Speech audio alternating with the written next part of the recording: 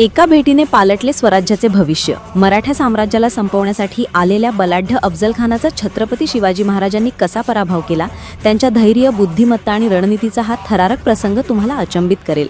अफजल खानाचा वध, शिवाजी महाराजांची अद्वितीय दूरदृष्टी।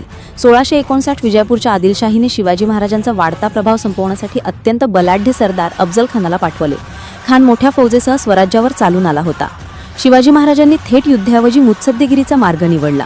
त्यांनी अफजल खानाला प्रतापगडाच्या पायथ्याशी भेटीसाठी बोलावले। खानाला वाटले की शिवाजी महाराज शरण येतील। 10 नोव्हेंबर 1659 रोजी भेट झाली।